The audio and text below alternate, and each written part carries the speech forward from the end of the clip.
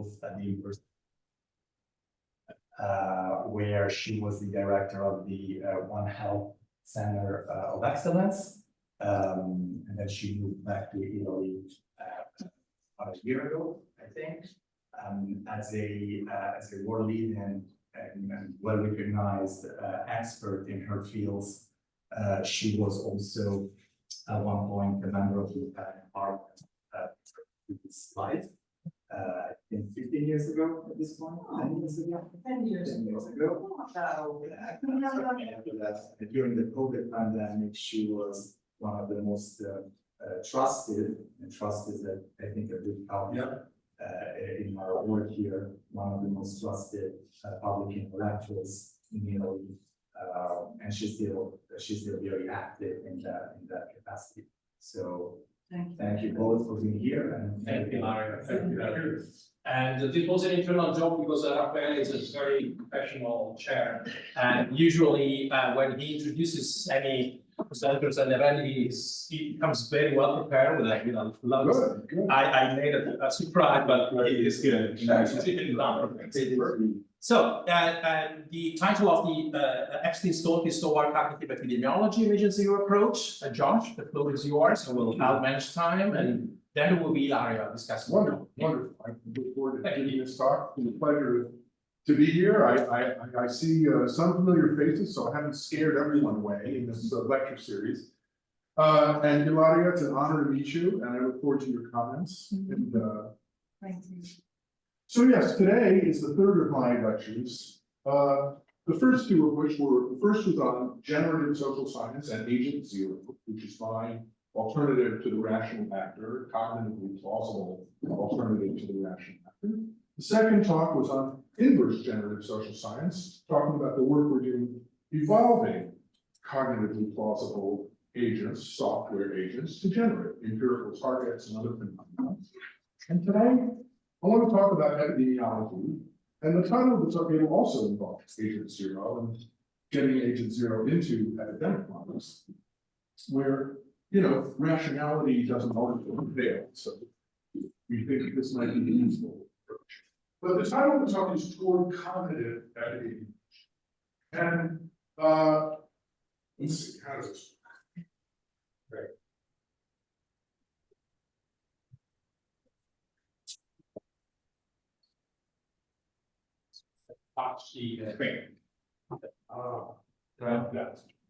Okay, thank you. So cognitive epidemiology. This is really a double entendre, because I want to introduce behavior, cognitively driven behavior into epidemic models. So I want an epidemiology that has cognitive states driving behaviors like vaccine refusal and so forth. But I'm also interested in the epidemiology of the cognitive states, like the fear state or the distrust state or other cognitive states that drive behavior. And I want to quickly present three lines of work.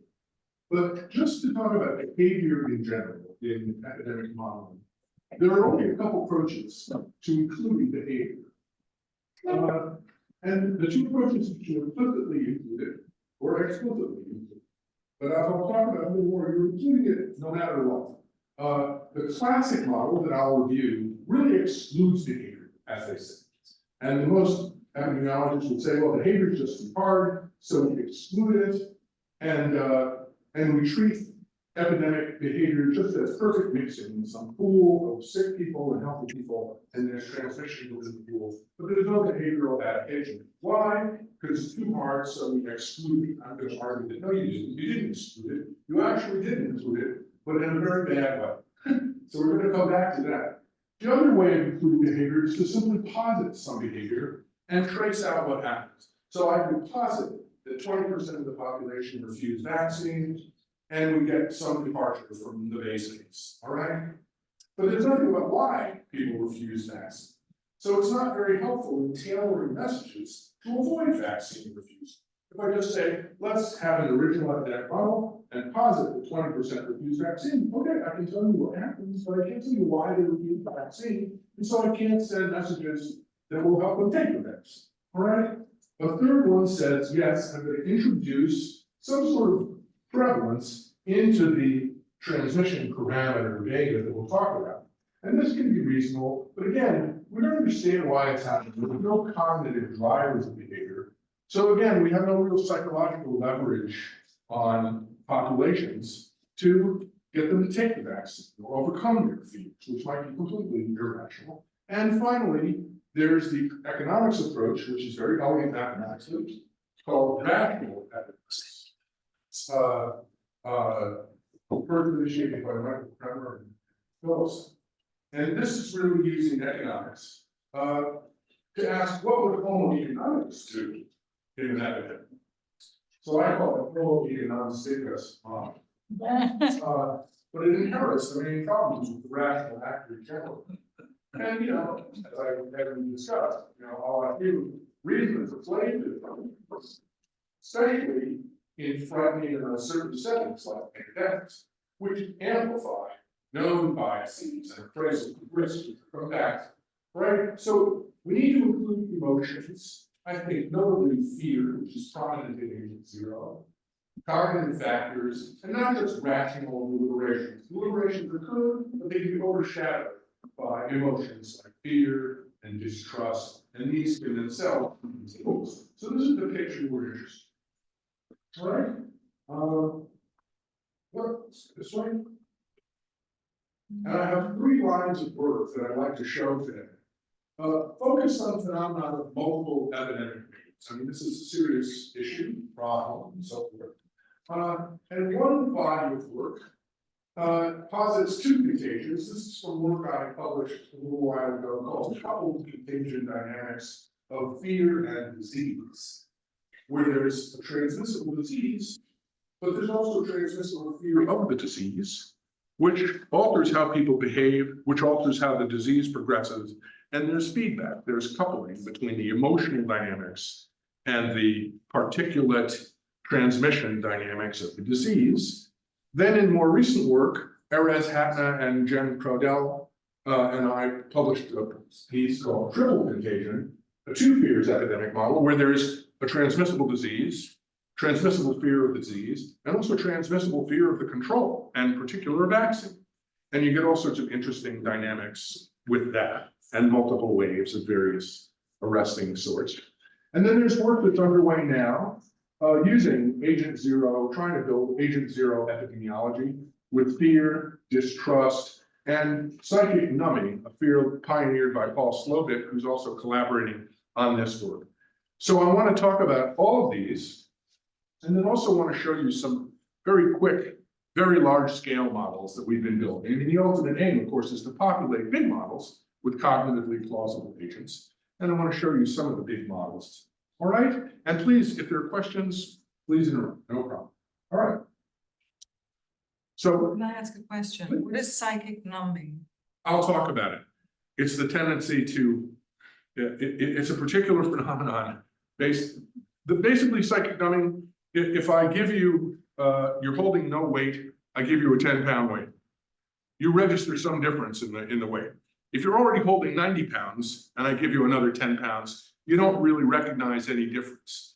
And the difference in the perceived stimulus actually isn't equal to the perceived stimulus. It's equal to the fractional change in the stimulus, which results in logarithmic appraisal of actual genocides, scale of disease, all these other things. It's the tendency to treat the true signal as a very compressed business. We don't appreciate the full scale of catastrophes, and Slobik has looked a lot at mass starvation, mass genocide, but also this applies to epidemics. And we'll have a whole section on psychic numbing. Good question. All right. But before we go into that, I wanted to just show you a couple of toy models of epidemics that, for those of you who aren't exposed to this field, you'll see that even toy models can raise very deep and interesting questions about epidemic dynamics and illuminate some really crucial phenomena. So let's just do a really simple playground epidemic, okay? So there's going to be a green playground. There's 100 kids who are going to run around. Blue kids are healthy, red kids are sick. It's very transmissible. And when a red kid bumps into a blue kid, there's some probability that he passes the thing to the healthy kid who turns red. And then with every day, there's some probability that the sick kid dies. All right, it's ultimately lethal. Okay, so there's one sick kid at first. What happens? Here they are on their little playground. There's one kid who's sick, this one. How do I start this movie though? Let me know. If you can use the mouse, yes. Well, all right, so here they are moving around the playground. Nobody leaves the playground. One kid is sick. Soon he'll gives it to another kid who turns red. You're seeing it's starting to take off now. Red kids, after a little while, they're dying with some probability per day.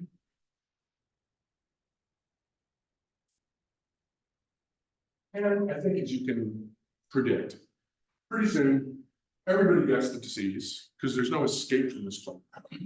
And everybody dies because every sick kid has some probability of dying per day, and eventually his number comes up, and that's the whole story. All right. So this is the picture of the base case run of the playground epidemic. Okay, everybody gets it and they all die. Let's see what I do this. Okay. So I don't think we need to watch the Last whole one. last one. Okay, here we go. We're rooting for this last kid. But you know, it's just not a good day on the playground. Welcome. All right, that's the way it went. Okay, so very clear what's happening. They're milling around, they're bumping into each other. Sick kids give the thing to healthy kids who eventually die, and that's the end of the story, right? So now every kid got it, they all died. Now here's a question: what if I make the bug twice as lethal? That is to say, I double the per period death probability for sick kids. Twice as deadly. All right, so it's certainly worse if you get it. And I think most people would say, well, okay, if it's worse for the individual, it must be worse for the society, right?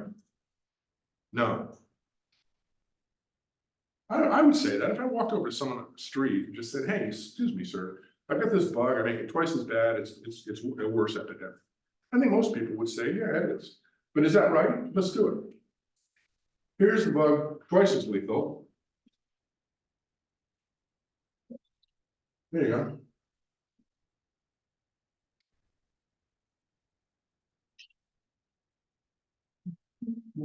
Spreading a little bit.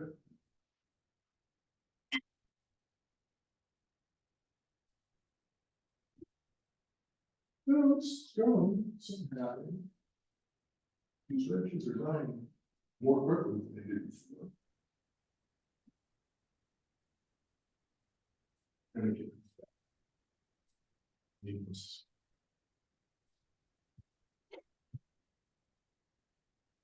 What happens is, not everybody dies. In the first case, where it was the original lethality, everybody died. A double lethality, not everybody dies. So it's not worse for society for the thing to be twice as lethal. That's odd, isn't it? I mean, the more lethal the bug, the fewer people die. So I guess we should want bugs to be deadlier, right? I mean, isn't that so?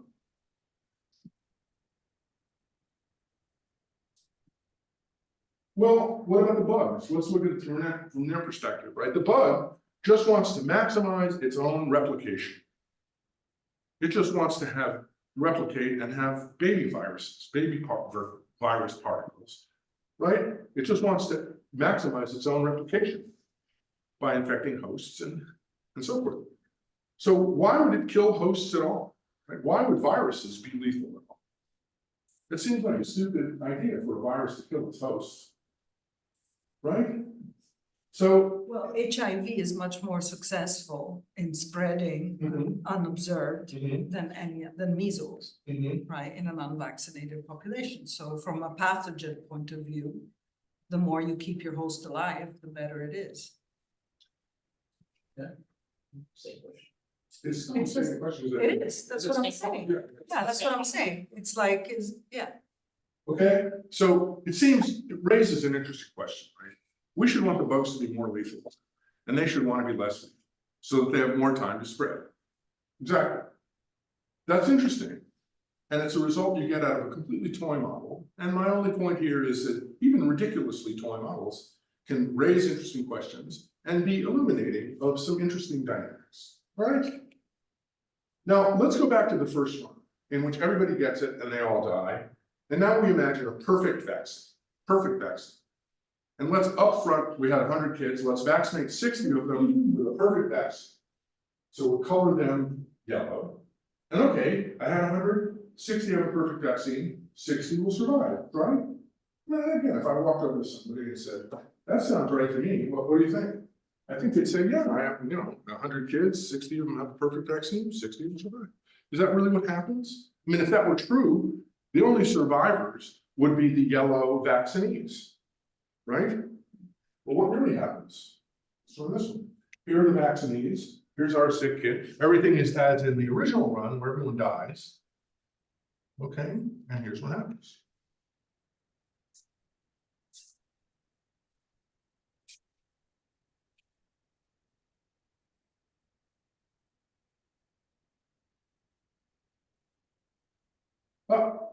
Aha, they all died before. 60 were vaccinated, but more than 60 survived. The 60 vaccinees confer secondary protection on the unvaccinated agents. All right? So you don't have to vaccinate everyone to have the epidemic die out. You just need to vaccinate enough so that it fizzles out. And how many is that? Now, for a little bit of mathematics. This is first really discussed in a famous, really foundational model published by Kermack and McKendrick in 1927 called the SIR model. So-called because there are three pools: the susceptible pool, the infected pool, and the removed pool. And in case they're not familiar to you, DSDT just means the change in the susceptible pool, the rate of change in the susceptible pool, whether it's growing or falling, how fast. DIDT is the rate of change in the infected pool, whether it's growing or falling, however fast. And the removed pool, which we understood to be death in this case, all right? And the picture is simply that agents move from the susceptible pool into the infected pool, and then from the infected pool to the removed pool. And this is a picture of perfect mixing because of this term S times I. Why is S times I perfect mixing? It's SI, it's as though you lined all the susceptibles up in a row and all the infecteds up in a different row. And you had each infected sneeze in the face of each susceptible and transmit with probability beta per sneeze. Then every time period, you have SI sneezes, each of which transmits with probability beta, meaning that these guys transfer into the infected pool, but then they die off at this rate proportional to the infection level. And this is the picture of the SIR model. We start with a lot of susceptibles. They move into the infected pool, but they move from the infected pool into the dead pool. That's the picture. And it's this model, that underlies a huge amount of mathematical epidemiology and underlies the idea of herd immunity. We were asking how many kids need to be vaccinated for the thing to fall apart. And what do you mean by an epidemic anyway? You mean that the infected pool, this pool, is increasing. But that means this term must be increasing. And so we have, Yeah, you have to press the okay, cool. Got it. Yep. All right. So beta SI has to exceed gamma. Yeah. Okay. And we have this simple thing that with a little algebra, S has to exceed the removal rate over the transmission rate for the thing to take off, and the thing fizzles if the removal rate, if the susceptible pool is less than the removal rate over the transmission rate. And this is very much like what we said, bugs that are deadly, it's easy to fizzle because this number, the deadliness rate, is very high. So it's easy to get under that by vaccinating people. So how many people do you have to vaccinate? Let's go back to the equations. We can talk about R naught. I don't think it need detain us too much. But the idea is the susceptible pool after vaccination, this Right, yeah, sorry. This after vaccination pool, here are the original susceptibles. I take out the vaccinees. To fizzle, it has to be less than this. But that means V has to be greater than 1 minus 1 over this famous ratio. And if the reproductive number R naught is greater than 1, you get an epidemic. R naught less than 1, you don't. And the vaccine level required to induce negative growth rates in the infected pool, that's to say herd immunity, is 1 minus 1 over the reproductive rate. And in the 1918 Spanish flu, the R naught was about 2. So, you know, if you had a perfect vaccine or perfect isolation of half the population, that might have fizzled.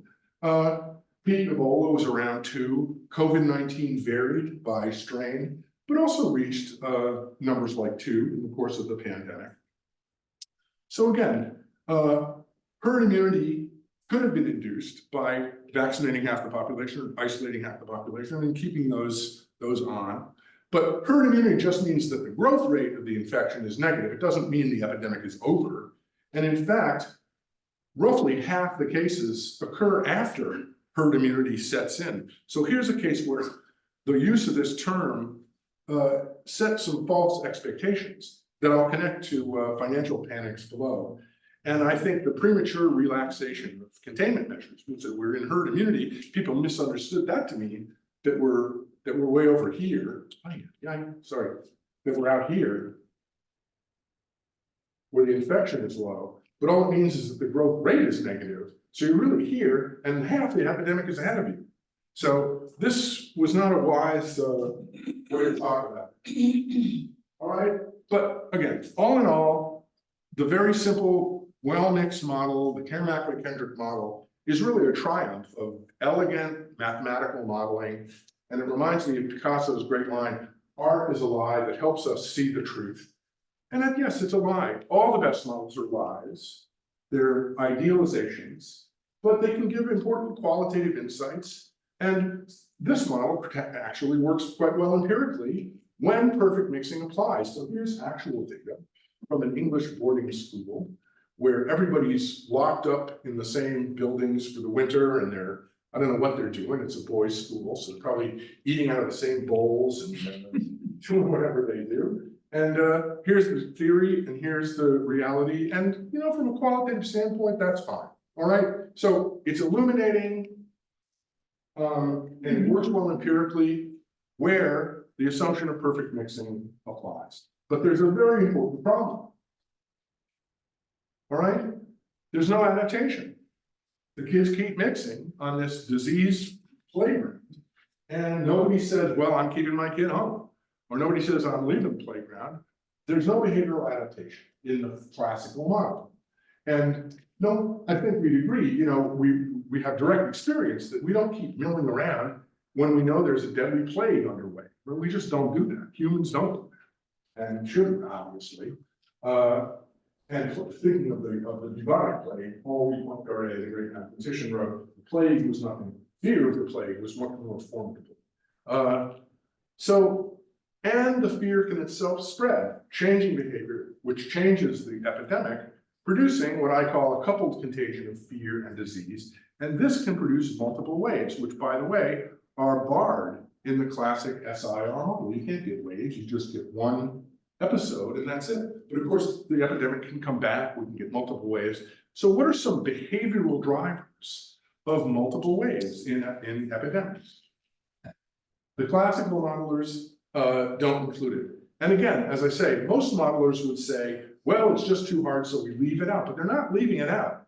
Perfect mixing is a very strong behavioral assumption. You're saying people continue mixing despite the prevalence of this disease. The contact dynamic is invariant despite prevalence. It's insensitive to the prevalence of disease. So, you know, you're not leaving it out, you're just including it in a way that's particularly unrealistic. And the question is, okay, so we do a little bit better. So here are some simple approaches, all extensible with students, faculty, lots of publications are possible along these lines. But here's the first variation that I worked on. It's called coupled contagion dynamics of fear and disease. So now let's add a contagious fear. So we have two contagions going on, one of disease and one of fear about the disease. Individuals contract the disease only through contact with a disease-infected, a sick person, but individuals contract fear in several ways, through contact with the disease-infected, the sick, or the fear-infected, the scared, or those infected with both fear and disease, the sick and scared. So you can catch fear by more channels than you can the actual bug.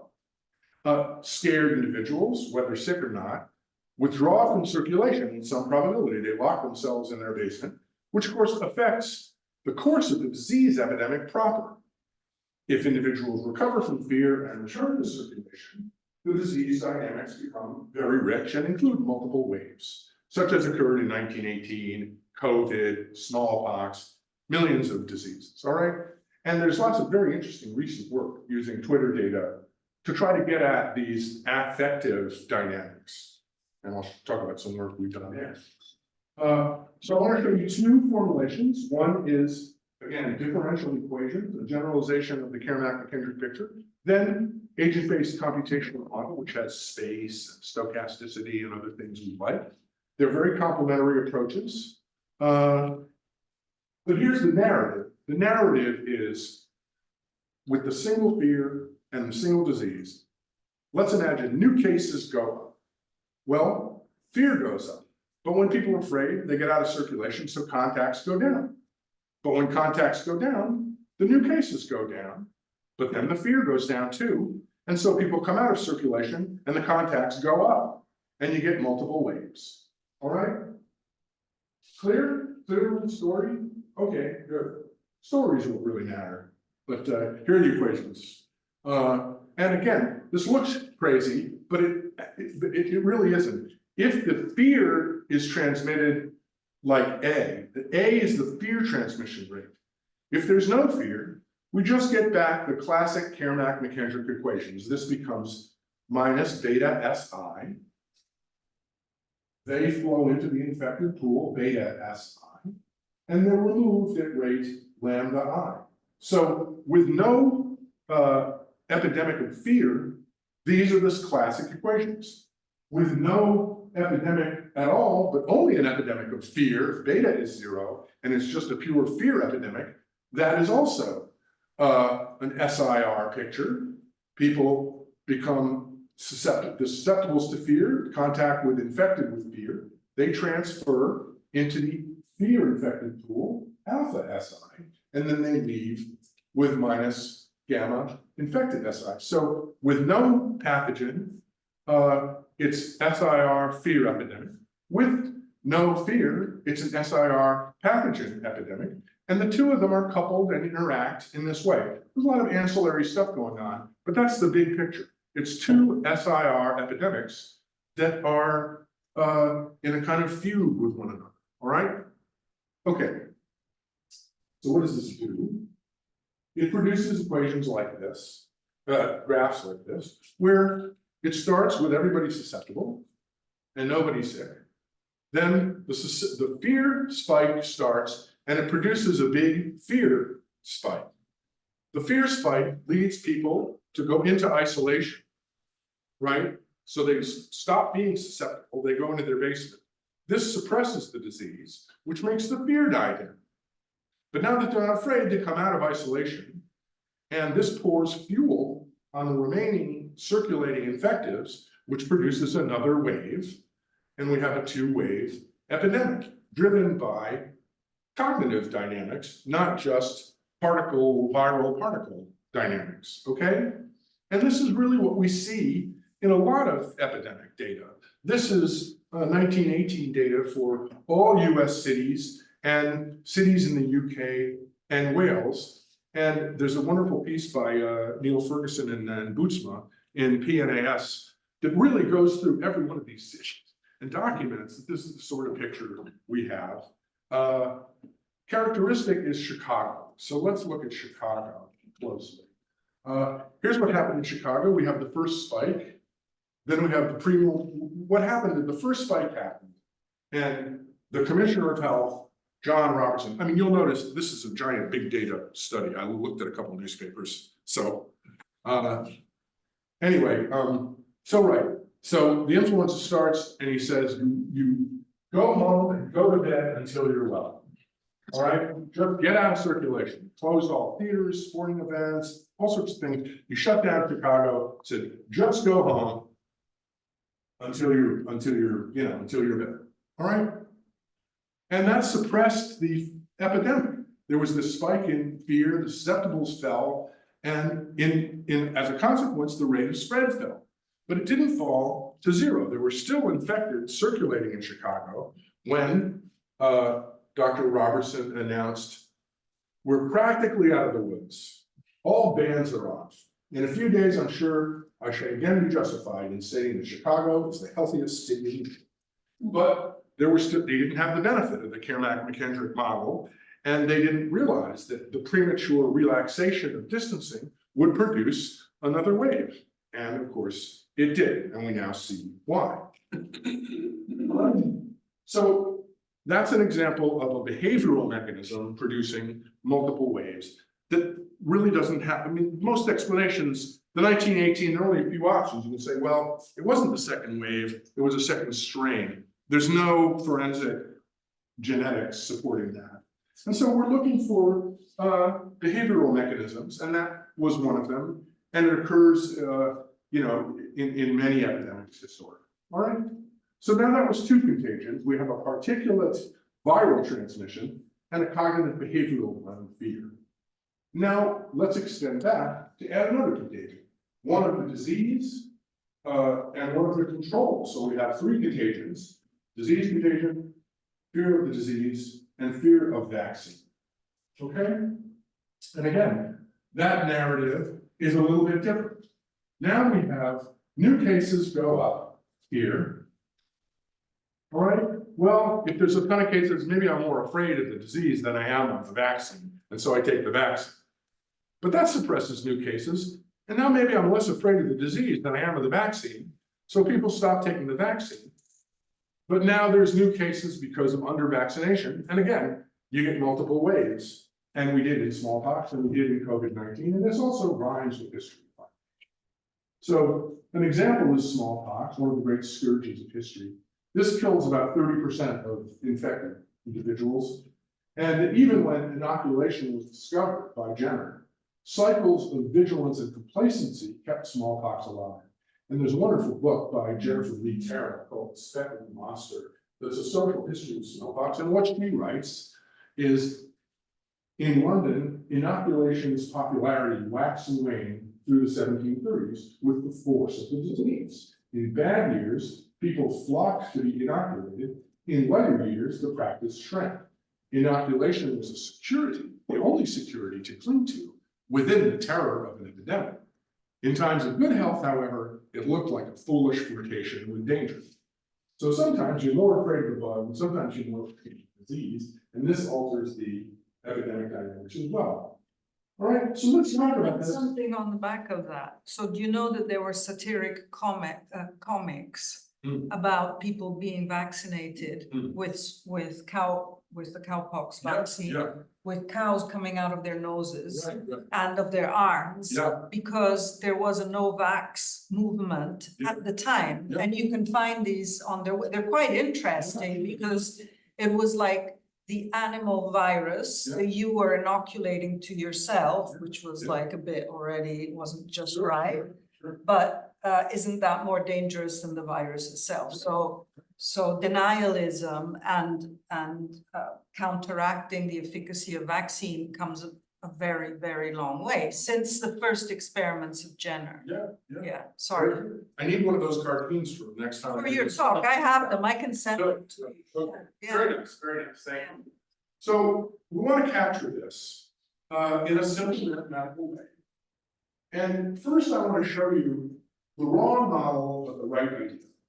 And then I'll show you a better model of this idea. So let's just start. We have some disease threat, some level of disease, and some level of the control, call that vaccine. And there's some fixed fear of the disease and a fixed fear of the control. All right? And if you're more afraid of the disease than you are of the control, then the vaccine rate goes up at a rate proportional to the disease. Okay, this is just some number. Fear of the disease minus fear of the vaccine. If it's positive, vaccination goes up. If it's negative, vaccination goes down. All right? But this behavior affects the growth rate of the threat itself. And the rate of change of the disease pool, the threatened pool, the threat, is proportional to the vaccine, but negatively, right? The more people vaccinate, the lower the spread of the disease.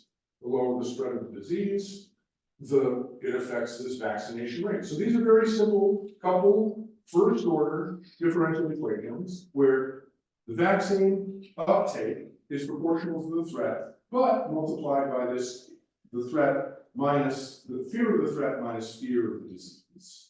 And then when you vaccinate, it suppresses the spread of the disease. So a very simple idea, all right? And, you know, we can take the derivative of this equation and get d squared t dt squared equals minus epsilon dv dt, but we know dv dt, so this is the equation, and this is now a constant. And this is Hooke's law for perfect string. All right, so we get perfect oscillations this way. With fear of the threat greater than the fear of the vaccine, you get Hooke's law, actual simple harmonic motion, where the vaccine and the threat just oscillate like a sine curve. But if the relationship changes and the fear of the threat is less than the fear of the vaccine, people fear the vaccine more than the disease, then the thing blows up. And of course, when the two fears are equal, it's a kind of tipping point of the dynamics. Sorry. Oh my goodness. Right. When they're equal, you get nothing. And if the fear of the threat exceeds the fear of the disease, then we get simple harmonic motion and oscillation and vaccination and behavior, just like in smallpox. But if the vaccine is scarier than the threat to people because of silly cartoons and so forth, then the thing can take off completely. All right? And this is what we call a bifurcation in those dynamics. This point here, different. All right? If people get sick of the vaccine, then there's some fatigue term. My God, I'm really sorry. There's a fatigue term. So if there were no threat, the thing would just die out negative exponentially. And in this case, the thing spirals down to zero. It doesn't cycle around. The cycles are damped, so it damps out. Right? And if there's some forcing externally that might be a seasonal forcing, you can get what people call resonance catastrophes, where the natural frequency of the disease oscillations equals the frequency of the external forcing, and then everything goes completely wild and you get these huge events, right? So again, these are very toy models, just meant to capture these narratives in a simple mathematical way. Okay, but now, so the difference between the fears is the right idea, but they're not just constants, they depend on it, they're dynamic, they change with the course of the disease and with networks and all sorts of other phenomena. They should be dynamic and should change. There's also no real epidemiology in that model. There's no contact between sick people and susceptible people. So let's import that basic idea into a more complete picture of an epidemic. And this is this work that we published a little while ago in Royal Society. And the new model includes really now several coupled contagion. We work through these one by one. There's the disease.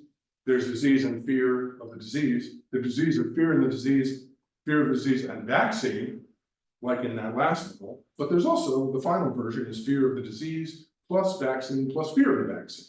So there's quite a lot going on. And as you might imagine, the equations are a little more daunting, but again, they embed these very simple ideas. So again, with nothing else happening, this is minus beta SI, just like in Kermack-McKendrick. This is plus beta SI, just like in Kermack-McKendrick. They flow from susceptible to infected, right? And then they flow out into the removed pool. there's a lot of this ancillary apparatus because there are other states you can be in. And the real action is here, where we have susceptible to fear minus susceptible to fear of the disease, fear of the vaccine. So this is really the theta, the fear of disease. This is fear of the vaccine. And this affects the vaccination rate, which then feeds back to alter the dynamics, which are actually very interesting and rich. If contagious fear decays, it really controls the size of the second wave. So not only do you get second waves, but the second wave can be bigger than the first wave. In the original model, we just have this standard SIR blue dynamic. Again, this is this force with which the difference of fears affects the vaccination uptake. And depending on that, you get these very different dynamics. And in particular, you get people prematurely abandoning distancing or refusing vaccine, and again, igniting subsequent waves. Another mechanism for vaccine refusal, obviously, Excuse me, is Josh. In the previous slide, you mean that what controls the second wave is the no, in the curves. No, I'm just trying to remember exactly what he said. Is the fear of the vaccine, the dynamics in the fear of the vaccine or the fear of the disease? Which of the two fears? That was in that particular run. Hang on, let me just make sure we're agreed on what alpha.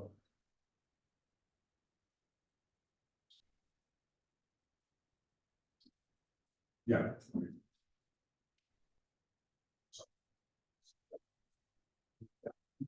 Okay, right. This is the transmission rate of fear, alpha. And the rate at which the fear decays, the decay rate of fear, controls the second wave. Which makes sense, right? I mean, if I'm afraid and everybody's behaving sensibly, then the thing is suppressed. But if the fear decays, as it does in Agent Zero and in these other neuroscientifically based models, then it reaches the point where people are more afraid of the vaccine than they are of the disease. So they stop the vaccination and the thing roars back. So the faster the decay, the bigger the second wave. Helpful? Okay. There are also adverse vaccine events, of course, which also produce the spread of vaccine fear. And of course, during COVID-19, adverse reactions to the J&J vaccine led to suspension of vaccines altogether, but also lots of rumors about how dangerous vaccines are. And even rare events can lead to contagions of vaccine fear and vaccine refusal, and again, multiple waves. So we have a vaccine adverse event rate that also generates contagious fear of the vaccine and produces very high second waves. We're just putting the thing through its paces, okay? But now, these are differential equations, and we've made some sort of basic mathematical modeling assumptions about fear and this contagion, and we've just plugged it into a standard mathematical frame, the SIR frame, essentially. Okay? But now, can we say more about what's really going on to drive those dynamics? And here is where Agent Zero comes in to the picture, where this is an agent that is called Agent Zero toward neurocognitive foundations for generative social science. And I worked on putting Agent Zero into epidemiology with Jiwan Shin, Erez Hatna, and Paul Slovik, who you might have encountered. And it's part of a much larger agenda that we've talked about in the last two lectures, but it's worth saying a little something about. The so-called generative social science agenda. And here, again, I'm arguing in a whole series of works for the social sciences, including epidemiology, to adopt a generative notion of explanation, by which I mean, if you have some macroscopic regularity trying to explain a time series of epidemics, a segregation pattern, a wealth distribution, what have you, some macroscopic pattern, what do I mean by an explanation of that? Well, it's a demonstration of how the thing could actually emerge in a population of cognitively plausible agents. I want to grow from the bottom up in a population of, cognitively plausible agents. That's what I mean by an explanation. The explanation is the agent-based model that generates it, okay? It's not the same picture as give me an equilibrium, you know, show me a game in which it's the Nash equilibrium, like this. Or show me a regression relating aggregate variables. I mean, I wanna know how the thing really emerges. You didn't grow it, you didn't expand. And the previous two lectures went into this in considerable depth, and I won't do so here. But this is the idea. So we want populations of cognitively plausible agents interacting in an epidemic setting. Cognitively plausible agents, obviously a fraught phrase, we should argue about it, but the minimal constituents struck me, and in the book I argued with this. So cognitively plausible agents have emotions, and there's cold optimizers, as you find in some. Yes, they have a deliberative capacity, but it's bounded by information, by all sorts of well-documented biases, base rate neglect, a million of these other well-established departures from canonical rationality, and they're connected to other agents in networks of agents that are also emotionally driven and statistically hobbled and have bad information, and all of that might matter hugely to the way things unfold. All right, so agent zero is meant to be a formal alternative to the rational vector. I mean, there's lots of rights in the rational vector, a lot of experiments showing that it's implausible, but you really can only be a model with another model. I think Paul Samuelson said that. So you need a formal alternative to the rational vector, and provisional, simple, etc. Agent zero is one. It's endowed with distinct affective, cognitive, and social modules, each of which is grounded in neuroscience. Those modules interact to produce individual behavior, which might be dysfunctional, not canonically rational. And when you put a bunch of these creatures together, they generate a wide range of collective dynamics in fields of health, violence, network emergence, economics, all sorts of things. It's all very crude. The idea was get the synthesis started in a way that's plausible by neuroscientific laws. And again, I'm not going to go too far into this. I guess I'm going to go a little far into it, is that the agent forms a disposition to take some action, refuse vaccine, flee the scene, retaliate against some other population. The total disposition is greater than some threshold, he acts. That's what he'd do alone, plus the weighted sum of what everybody else would do alone. This is the network picture. And the disposition is the fear plus the probability, what Hume would have called passion plus reason. And the passion part is based on this very famous fear module. This is a fear model. The agent zero is all in the context of fear. And perhaps the most famous model of fear acquisition is the Restorla-Wagner model, where the rate of change of fear is some constant times the maximum fear minus current fear. So the difference, the associative gain, the fear gain between Monday and Tuesday is a constant times the maximum, which is 1, minus the fear on Tuesday. Did I say it's Tuesday minus Monday is K lambda minus Monday? So it just grows like this in a very simple way. That's the affective component, the passion part. The reason part is, yeah, they're taking a moving average of local relative frequencies. How many people in my neighborhood are actually sick over some memory window? And they make links between two agents are the stronger, the more they are in accord affectively. They're in affective homology. And again, I talk about this at great length and don't want to, unless you want me to go back over it at the end, I can. But the idea was passion, reason, which is bounded rationality, and social interactions in a simple way, and a way that minimizes parameters. The fact that these weights are all endogenous eliminates the need for 2n parameters, which is a real saving in terms of degrees of freedom. All right? Okay. So formally, the agent zero picture is this one. They have an affective level and a deliberative estimate. That's their solo disposition. But in the network, everybody else's solo disposition has weight. That's their total disposition. And if it's greater than the threshold, they act. But everything is dynamic and endogenous. And again, in general, the action is just any binary actions: self-stalk, retaliate, flee or reactor meltdown, infuse vaccine, self-isolate. Okay, and the action persists as long as the inequality persists.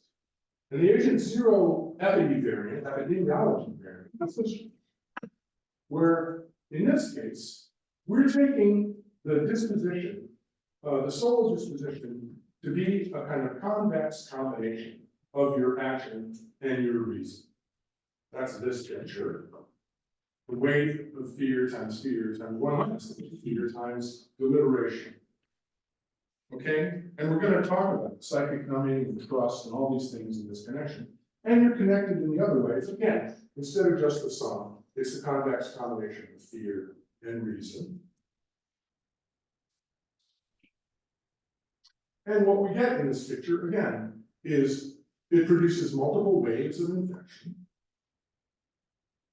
And what's very interesting, and in parallel with the early, the agent zero talk I gave you, the fear can persist long after there's any basis for fear, which is quite like the agent zero violence one, where people continue retaliating even though no one's being attacked anymore. And I would say that the same could apply to financial panic, where people keep selling even though the actual economic basis for it has evaporated. So this general phenomenon, where the emotional world and the statistical world are out of whack, is central to agent zero, and I think very interesting in a whole variety of areas. All right, but this case is just fear extinction alone. It produces this result. Now let's add more interesting things. As I said, we talked about this idea briefly of psychic numbing. And this is work with Paul Slovic and other NYU colleagues. And Slovic wrote, "The more who die, the less we care." This is all about genocide and how people are indifferent to genocide.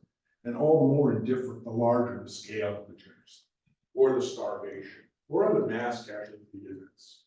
All right? Or as Arthur Kessler put it, perhaps more darkly, statistics don't lead. All right? So again, I think COVID is a great example. I mean, if I walked over to random American and said, "Excuse me, what if I told you 1 million Americans would die in 2 years?"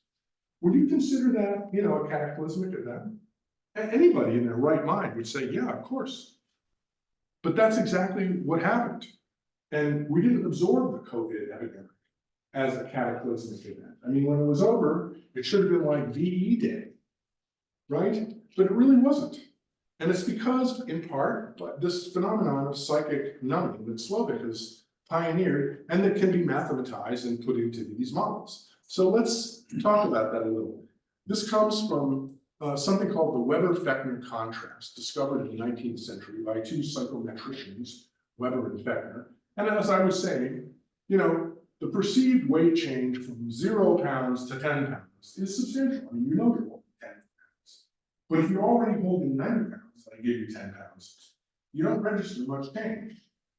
And so this occurs in the huge amount of experimental work along these lines. And there are particular scaling constants governing how we respond this way for loudness, heat, light, numerosity, all sorts of stimuli work this way. You don't respond to the absolute change, you respond to the fractional change. So the change in your perception of the stimulus is not the actual change in the stimulus, but the change in the stimulus over the level of the stimulus. And if we divide both sides by delta S, we get dPdS is 1 over S. And we take the limit, and with a little calculus, we can the perceived stimulus actually scales not with the stimulus, but the log of the stimulus. And the log looks like this. It doesn't look like the true stimulus. It bends over and compresses the stimulus. So if that's the total COVID deaths, and P of S measured the perception of total deaths, the Weber-Fechner picture would lead us to expect high correlation between the perception and the log of the deaths. Now, subject to many qualifications, caveats, all sorts of statistical issues, in several countries, this really is what we see. Oops, sorry. This is from recent work by Dyer and Poet, published in Applied Network Science, where the color codes here for many different countries are deaths are the orange and blue. I'm sorry, the perception of deaths is orange and the deaths proper are blue. So in many cases, we see that the perception, this is when I say the perception of deaths, this of course is all sorts of interesting Twitter filtering and mining, subject to a million caveats and other things. But the idea is, how many times is death mentioned in the tweets? How many times are these words indicating, concern awareness of death, right? And again, it's a whole community of people worrying about how you do this. So it's very crude, can be criticized in a million ways. Just for the heck of it, this is what they're finding with their metrics. And this is the perception of deaths measured in these Twitter filtering fancy ways is actually proportional to the log of true deaths. It's not that the perception of death equals the level of death. It's perception equals the log of death. And so the two of these should be highly correlated, right? And they are in many countries. Here's Colombia, correlated. Mexico, correlated. United Kingdom, highly correlated. US, highly correlated. A lot of countries show this general relationship. There are lots of departures. This, for example, is the George Floyd killing, where of course talk about death increased a lot. Same in Canada, George Floyd killing, all right? And these other ones, some of them depart because there's internal civil war that's also producing death. So, it's not perfect, it's confounded by other things, but there's some glimmer of hope that this relationship obtains in some crude, general way, all right? That's all I would say for it. Okay, so you're numbing the death, but you're not counting deaths yourself. You're numbing the government's message about deaths, all right? And we don't trust the government. Some people distrust the government, think it's inflating the deaths. Other people think it's pessimistic, and some people think it's underestimating prevalence.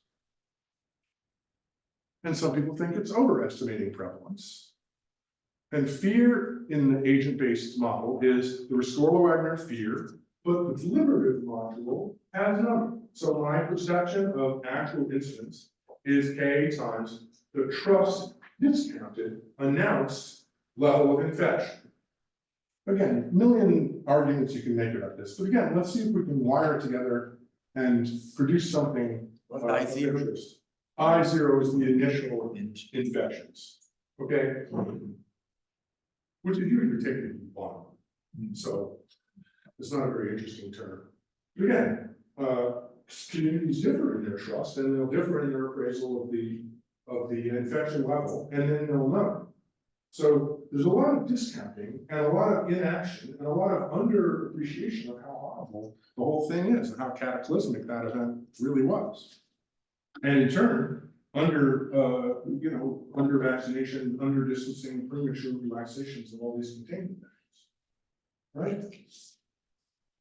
And again, this is just a workout mathematically on different functions, but this is the log function here. So if true cases are this, the log of it is way under, the numbing is very substantial. And Slovic has a lot of work on logarithmic appraisal of the scale of genocide and other mass casualty events. I'm just saying, you might use the same formalism to think about epidemic dynamics.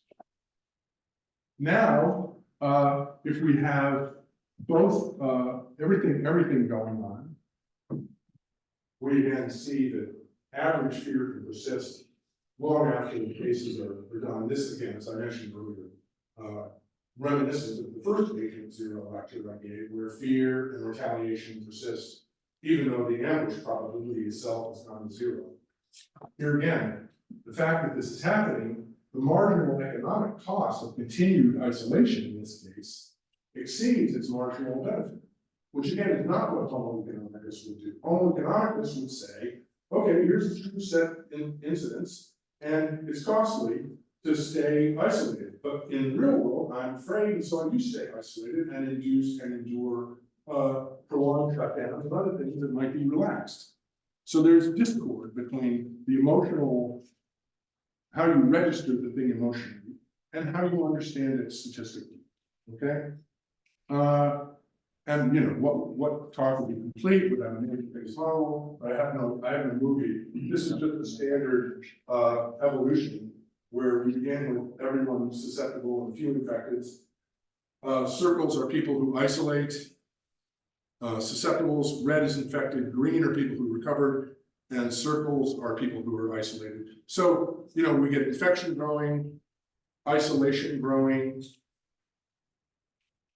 Pretty soon, lots of people are isolating, lots of people are infected, and at the end, many are eventually recovered, which are these green agents. All right, and obviously there are a million movies you could build this general picture. As I say before, the second wave can exceed the first, which is quite interesting in many of these runs. You see this here. And again, the same sort of issue, disposition staying high. Okay, you get the whole second episode here. And we did many examples of this and many mechanisms for it. Where the second wave is bigger than the first because of these cognitive dynamics. You can also get many more than two waves, at least in the model. In this case, you get lots of waves with damping over time, a little bit like the toy damping model.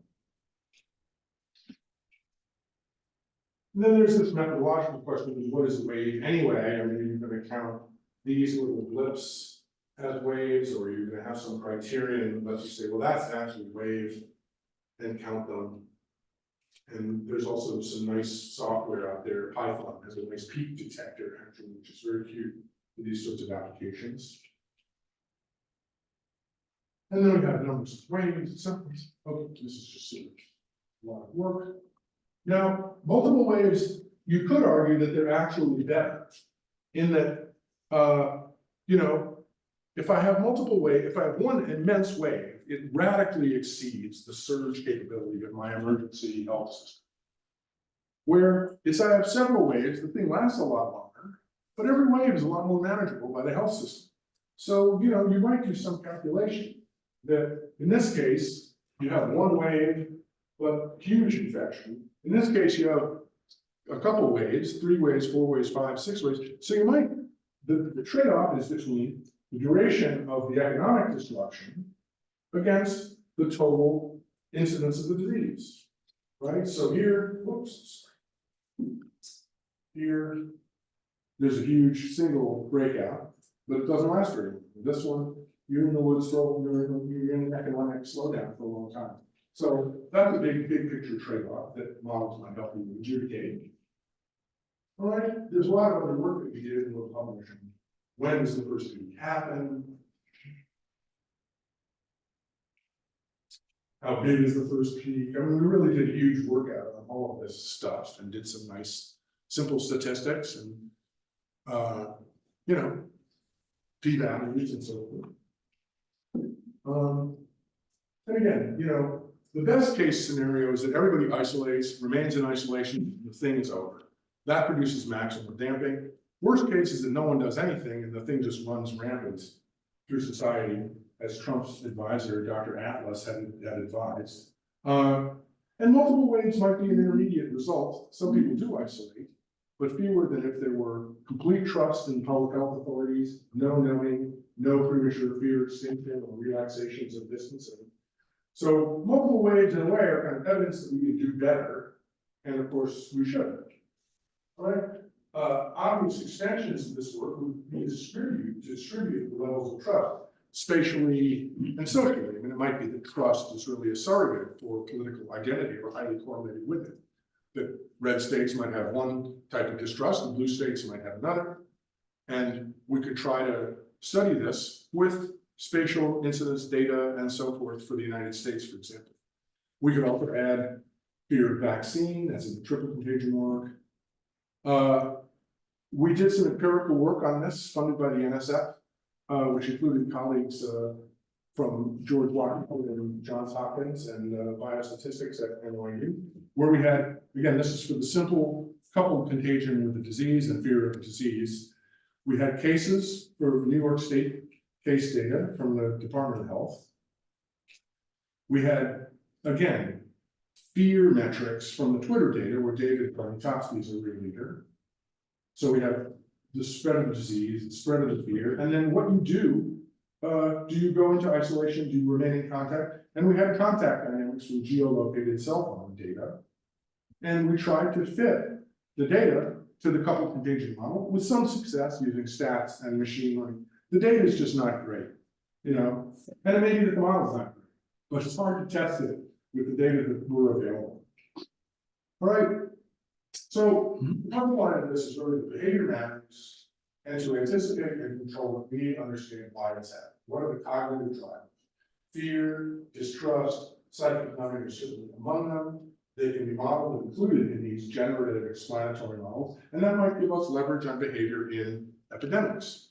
All right, I'm going to skip this and talk about one line of work, which is to populate large models with these cognitively plausible agents. So we think we might have our teeth into how people behave.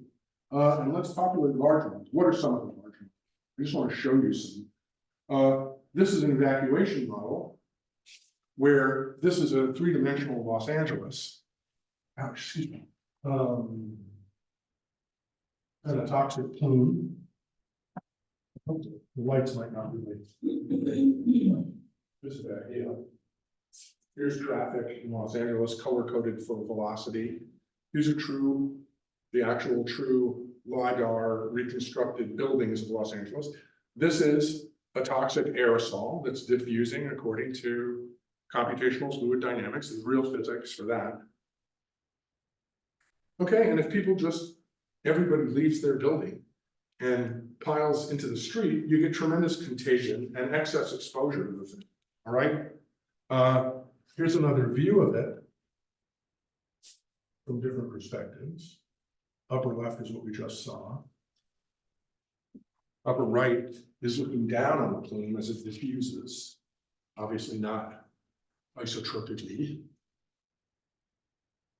And what matters is we can track how many people are exposed and what is their exposure in parts per million per second, which is the measure of toxicity of these substances. So one line of work is to use these models to study evacuation behavior in settings of great uncertainty and fear. All right. And we've done some work on Los Angeles, Lower Manhattan, Washington. I mean, I think the whole issue of, is evacuation even possible in the mega cities of the future? How do we think about evacuation in that setting? We did another full-scale model of New York City with 7.5 million agents. This was for Zika, which was a great concern.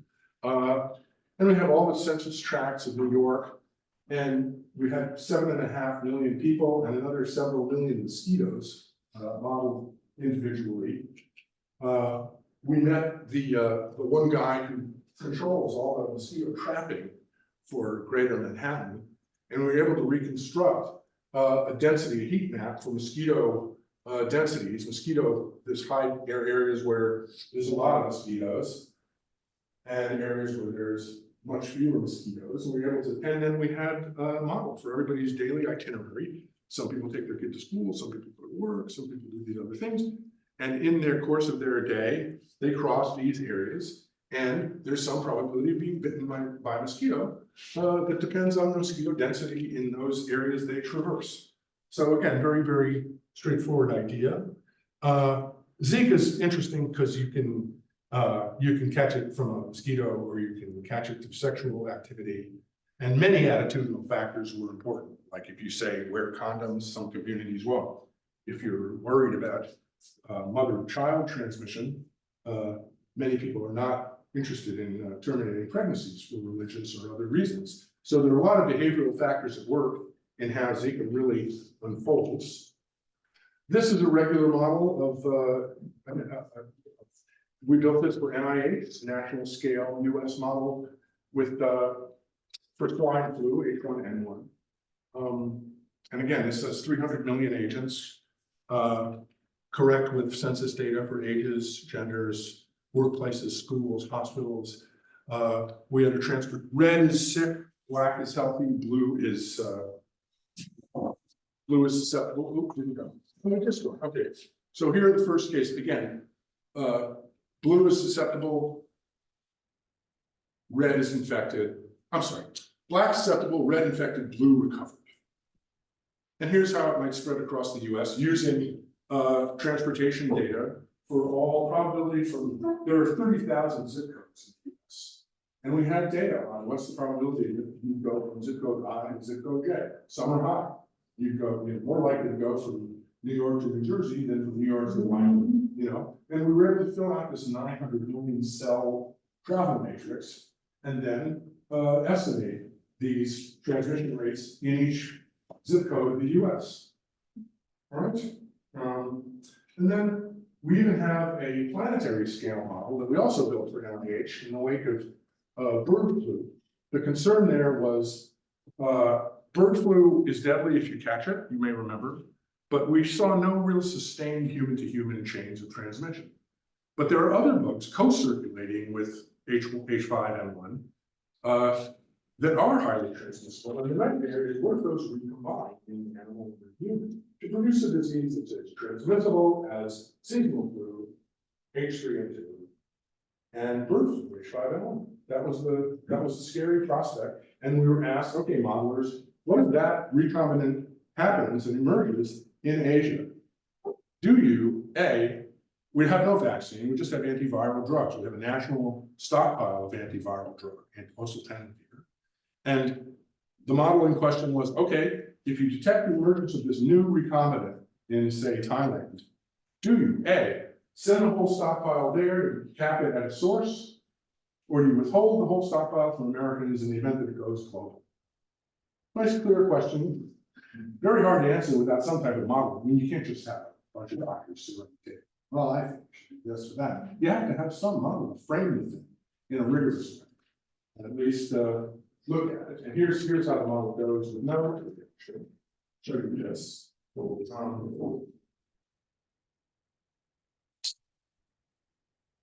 Okay. And this is one representative run. Obviously, for all of these things, you never publish one run. You turn off all the eye candy. You run it many, many times under all sorts of statistical and other permutations, and develop a statistical portrait of how the thing behaves. And compare that to data if you have it. But of course, in this case, it's a serious policy problem. There isn't any data. The thing hasn't even evolved yet. So the presumption that, well, modeling, you have to collect the data and then do the model. There is no data. They didn't happen. What do you do if it does? Right? And here it goes around the world quickly. SARS was on, I think, 5 continents in about 24 hours. This is no intervention? This is no intervention. Bird flu, recombinant with seasonal flu. Again, I mean, these are all notional pictures, but you can ask is when is it too late to ban flights, for example, things like this? Should you send the stockpile to the source or withhold it for Americans? All right, and one other line of work I'll talk about that also uses Agent Zero is for substance use disorders. We had some work again on, in this case, the affective, so-called affective module would be the neurobiological dynamics, the neurobiology of dependence to opioids, alcohol, tobacco. The deliberative one is, I make some choice, but it may be that the passion component, the addictive component outweighs the rational decision to quit smoking, and I can't quit. And these can also be contagious and so forth. So one project is to grow the opioid epidemic and calibrate that to US data. All right, so there's a lot going on. I think epidemiology needs to take behavior and cognitive dynamics very seriously, and I look forward to your commentary and any questions you might have. Thank you.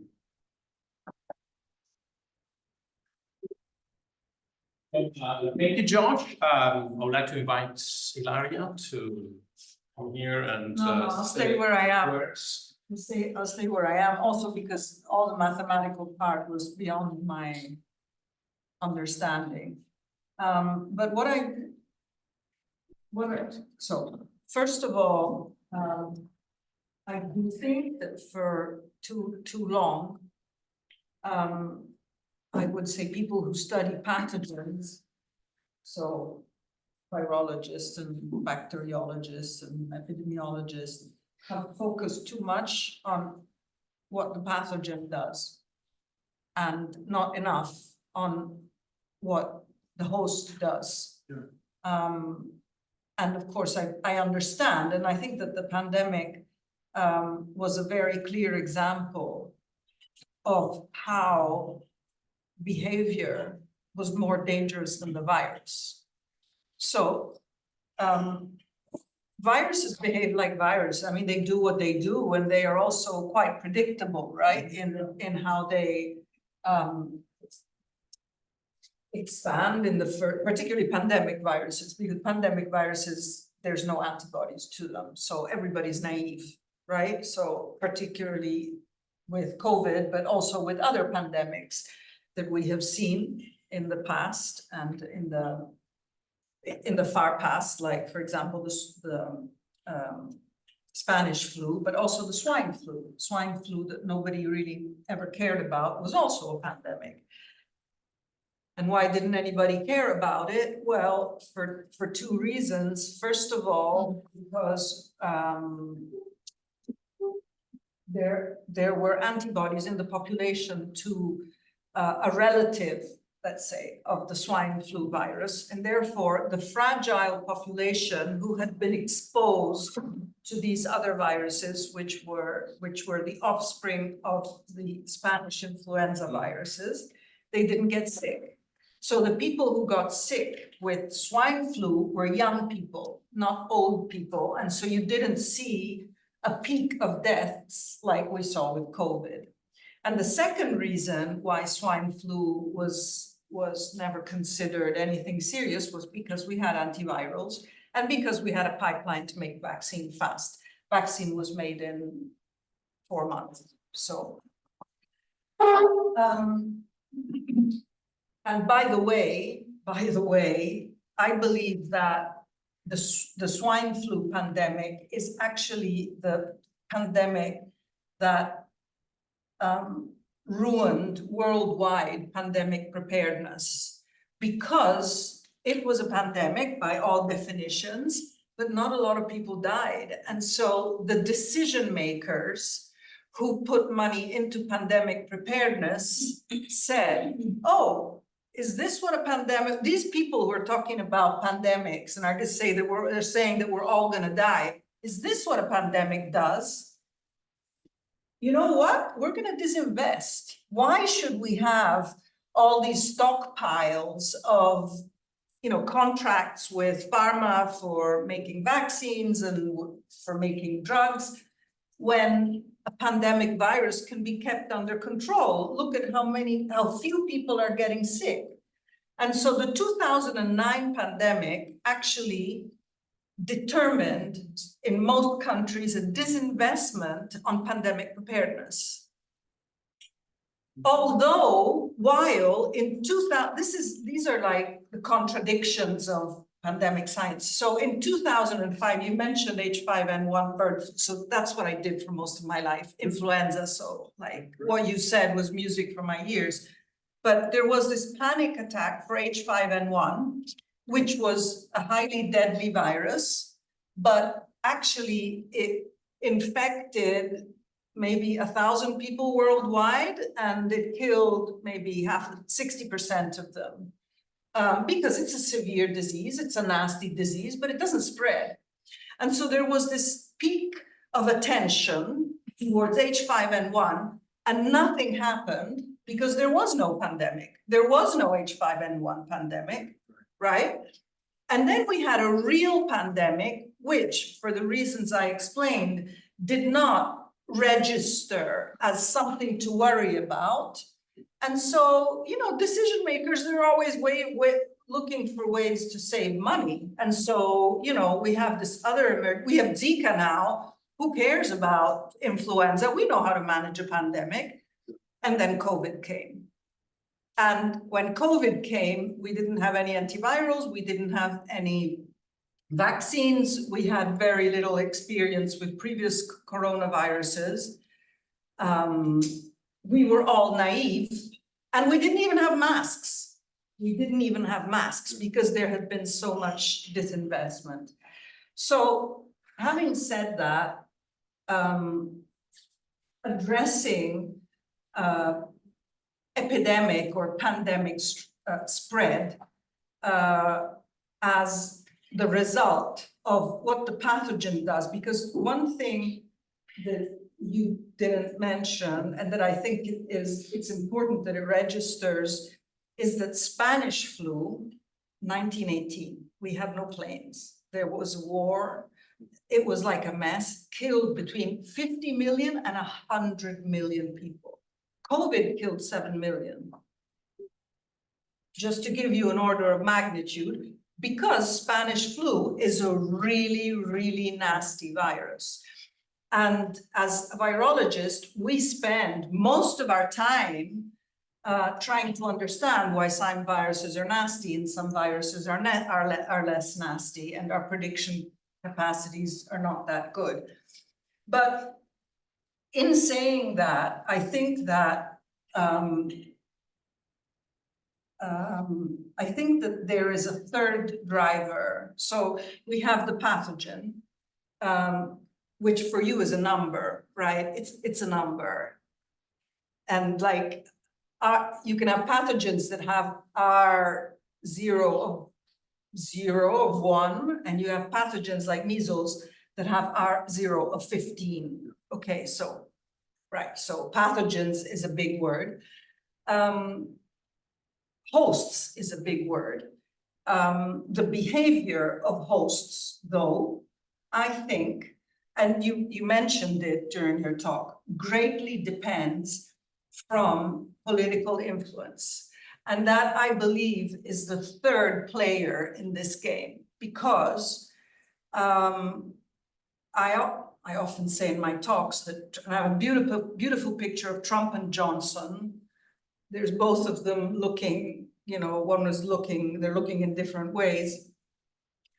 Trump and Johnson did more damage than the virus itself, because if at the beginning,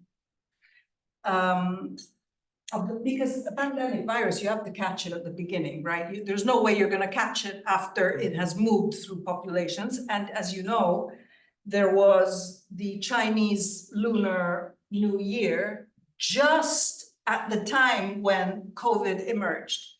There were 1.2 billion people that were traveling because of the Chinese New Year. No, you don't seem very convinced. That these are the numbers that I saw. Moving around, yes, but not like from Hong Kong to China to Beijing. No, in China. But In China, more than 1 billion people moved during the Chinese New Year. That's what I saw in the, anyway, if it's not 1 billion, it's 800 million. Doesn't, I think that we're talking about big numbers anyway. And it became widespread in mainland China. And at that point, there's no way you're going to catch it anymore, because people get on planes and they travel. And so although a lot of travel was done, an expansion of the epidemic happened because of something external, totally external to the epidemic.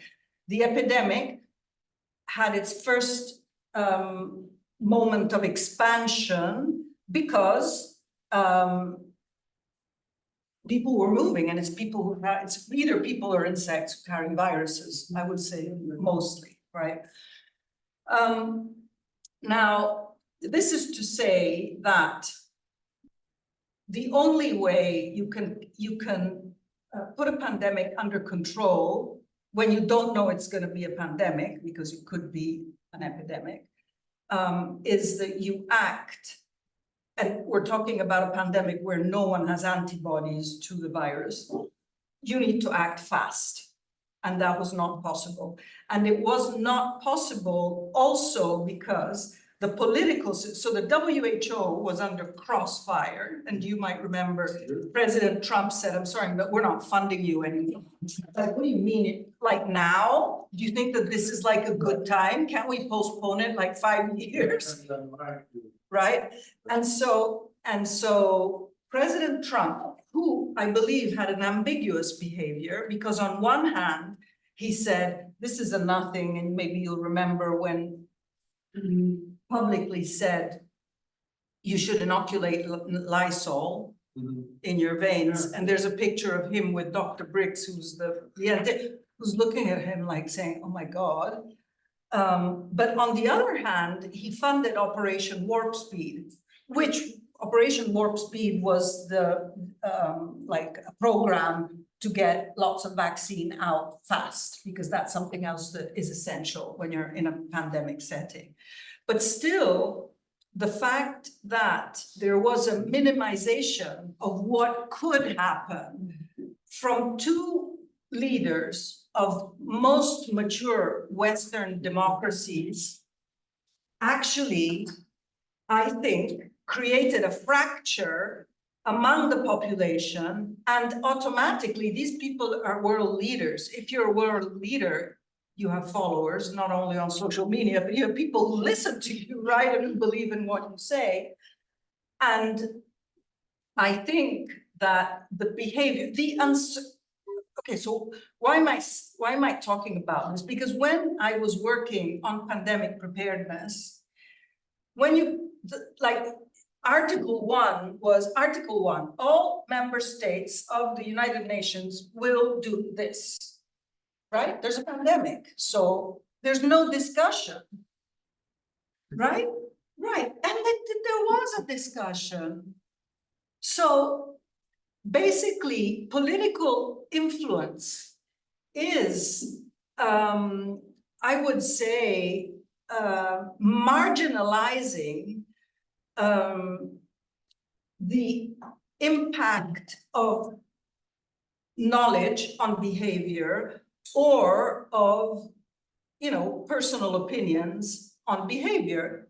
Plus, all of this happened in a moment in which there was this epidemic of populism. And that's why the mess happened, because a lot of people, even here in Italy, as far as I know, were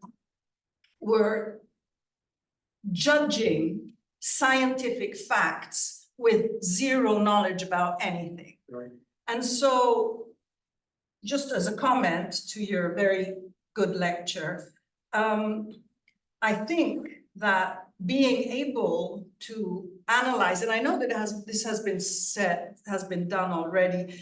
There are studies in the United States about how the red states the red states didn't get vaxxed, because here it's the other way around. So in Italy, the red states are the blues, the blue flags, and the red flags in Italy are blue in the States. So anyway, I would say the progressive states behaved in a certain way, and the conservative states behaved, and this was quite clear. It was quite clear. And so my question is, how can you include in this model the strength that a political leader or a political party has in changing your behavior? Yeah, I mean, first of all, those are great remarks. I'd like you to write that up at some point, because it's a very nice account of all the background information and, you know, and predispositions leading up to this, the understating the swine flu pandemic, all of it. And I think it's challenging to do that. I think it's obviously something we must do. The only simple way in which I sort of get into that is in this idea that there's a government message that people trust or not, or trust to some degree or a lesser degree. The message could itself be a distortion of the science or a reflection of the science. And then people, you know, take that in as information, they spread it in their networks, that alters their behavior, for good or ill. And it's in there in a very crude way, although you're talking about a much more sophisticated picture. And all I can say is I think it's very central, and your remarks are very trenchant and ring true to me. And that actually getting, why government people are behaving the way they're behaving is a whole other model, But right, it's awful that someone like Trump can recommend, injecting bleach, drinking bleach, injecting Lysol, and people actually take it seriously. And the people who knew better didn't speak up right then and there and say, this is crazy, don't do this, and okay, you get fired, but I mean, you will have done your duty. Some of them did get Some of fired. them did. Some people who I knew from the No, old no, days, I'm they sure got that's right. fired. I'm sure that's right. Yeah. And it's Like, very. well, there was the director of BARDA who got fired. Right. Yeah, Rick Wright is his name. Right. Rick Wright, yeah. If I can add another thing, Of course. with reference to distrust and behavior. So there's this big elephant in the room, which was this a virus that was manipulated or not in the lab? Okay, so it has a backbone, which is of animal origin. There's a little piece, which is a furin cleavage site that to now, we don't know where it comes from. So it could have emerged naturally. It could have been put there by a scientist. Scientists are very good at this. So the whole lab leak theory. Now, what a lot of you don't know, I'm sure, is that there was a lab leak of smallpox, Vaiolo, in 1978 in the UK. So a photographer who was working upstairs from the virologist who was working with 78, so biosecurity wasn't exactly the best, right? 1978, so we still had telephones right on the wall, and basically an aerosol of virus went through the telephone line and infected the photographer, who died of smallpox and infected 5 people. And the UK had to continue their smallpox vaccination for longer than the rest of Europe because of this oops in the UK. In 1977, there was a virus emerged in Russia, which is known as the Russian flu. At the time, people believed that it was a natural virus. 40 years later, it emerged that that virus was one of the descendants of the Spanish flu, which had been manipulated in the lab to become a cold variant vaccine. So a vaccine that will only replicate here. So in here, we're 37. Here, we're like 33, 30. It's lower. So if you can select a strain that only replicates here and doesn't go in your blood, you could have a good vaccine. But what happened is that the volunteers who were tested with this vaccine didn't respect biosecurity, or didn't do what they were supposed to do, went out, and the virus started spreading. But because it was a relative of the Spanish flu virus, all the people were protected, and the epidemic eventually died out. So lab leaks, which everybody is so worried about, and the normal people, the people who are your behavioral models, right? The people who are your agents, right? They don't like this story about lab leaks. They don't want to hear that there's some obscure scientist in some country who is messing around with these genomes and could deliberately release it. But you know what? This has happened in the past. It happens. And so the fact that so many people have lost trust in certain aspects of science, virologists like myself, I get insulted all the time on social media, is also because people out there don't understand certain things. And this brings me back to populism and to scientific literacy, because if you are scientifically literate, and if I say to Raffaele, who I don't know, his scientific background is his dad, who is a medical doctor, but if I say to you, hey, you know what? planes crash, okay? And lab leaks happen, they happen, and they're not a hush hush, they are a signal of human fragility. People make mistakes, it's not that they don't, but something like this can have such an immense impact on people's behavior, because that's what all the no-vax people say. They say, oh, no, but this is something created in the lab because there's bad people out there. And then you get into conspiracy theories, and then you're in a spiral that God knows where, you know, you get the handle out of. That's, yeah. Yeah. So that's my comments on. Great, thank you. And the I think absurd thing is that pandemics happen. There's been 3 influenza pandemics in the previous century. There's been 1 in this century. They happen on a regular basis. There's been HIV. There's been other pathogens. So isn't it a big mistake that we don't treat this problem, which is going to happen again, okay? It is. It's going to happen again by providing people and decision makers with a bit more knowledge. Wonderful, wonderful remarks and really important perspective. Really, thank you. So thank you, Larry, very inspiring. Section on virology. This is really good to hear about. Well, and also this problem about the I mean, this understanding of what is science in the public is really one of the dramatic problem of that the epidemics has. There's also questions, but my question is it's more about you guys in the sense that did we made any progress in infrastructuring research for the next pandemic, in your opinion? So it seems to me that one of the most most dramatic sources of my personal frustration during the pandemic was that it seemed to me that there was, you know, this kind of bunch of epidemiologists or doing kind of modeling and ignoring some of the behavioral and sociological kind of important factors in their model. So estimated that people were randomly connected, for instance, which is very crude.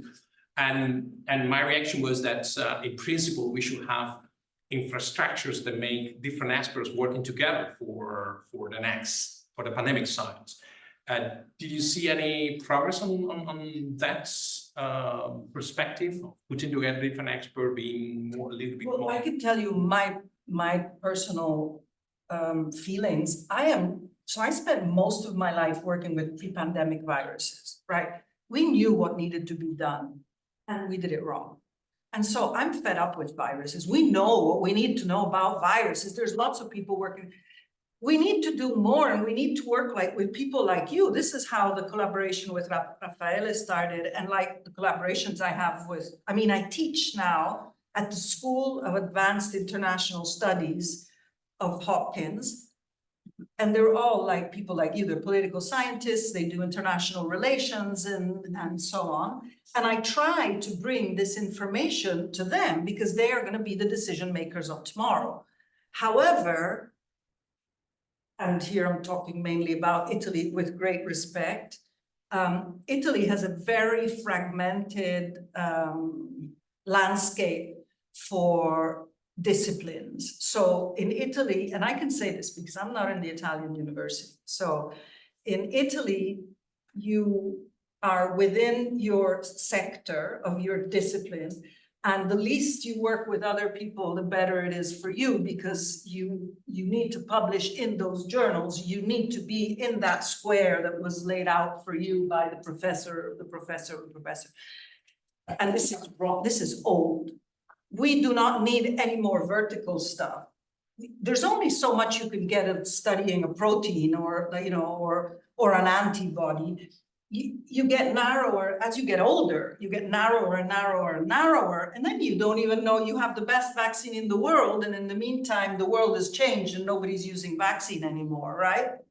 And so I think that the solutions to epidemics catastrophes of the future have to come from elsewhere as well. And I think that the recovery of trust is point number one. Because if you don't have trust in institutions, you're done. If you don't do what you're told, you're done. And I have the example of hurricanes in the States. In the States, there's hurricanes quite often. And so they say, okay, you guys are evacuating. If you're not, too bad, so sad. Last hurricane, 8 people died, 20 people died. Here in Italia, there's gonna be hard rain. So don't go in your bed, nobody does it. 30 people died for a storm. I mean, it's crazy. This was years ago. It was a time when you see how preparedness works, because preparedness against hurricanes works in the United States, not if it's in Puerto Rico, but elsewhere it works. So yeah, I just think that people don't want to get out of their comfort zone. Yeah. And so it's very difficult to see things from another perspective. But we need to do it. Some people like it, enjoy it, and understand it. And you know, as long as you have leaders, maybe you're not gonna be very fast, but you know, things get done. Yeah, well, I agree, basically, yeah, desperately, yeah. I don't think the university can do anything on that, at least in Italy. So, any questions to Jonas and Ilaria as well? Yeah. Anything? Yeah, William. From the background from the discussion, but more on the numbers. So I was wondering, in the model, is it assumed that the people can only choose between complete or no isolation at all? I'm sorry, say again? Between like only isolation and no, like it's binary, right? Binary, it's a binary choice. In the simple model of A to 0, the choice is a binary choice. Is it like a good assumption? Because it seems to be that people will choose between a range of activities. Absolutely, absolutely. I mean, that's a clear extension. Or there might be different thresholds. You know, there might be the degree of compliance or the degree of isolation. I agree with you completely. And in principle, you could use some sigmoid instead of step functions, and have a continuous range of you know, compliance with instructions, or you know, I agree with you. That's fine. It's just the first model is just a binary choice model. But of course, in the real world, there could be a whole ladder of, you know, progressive levels of compliance, or you know, probability that you comply or don't comply. All of these sorts of improvements. I agree. Please, yeah. I think you can also include the maybe where people get reinfected because people can get COVID for 2 or 3 times. There could also be cases where people can get infected even though they're isolated. In Hong Kong, for example, there was this vertical transmission thingy where they get COVID just from their home because they have the pipes are coming out. So it's bad for them. I think I'm not, because I'm not like an expert in or anything about this, but I wonder if it's difficult to implement this kind of changes. Sure. And in fact, I mean, the COVID mutated. It's not it's not that you get the same bug twice. You might get a different bug, and all of that belongs in a more sophisticated model. And as you know, people do model that. So I mean, I take those points and agree that in a more realistic model, you'd have all those refinements.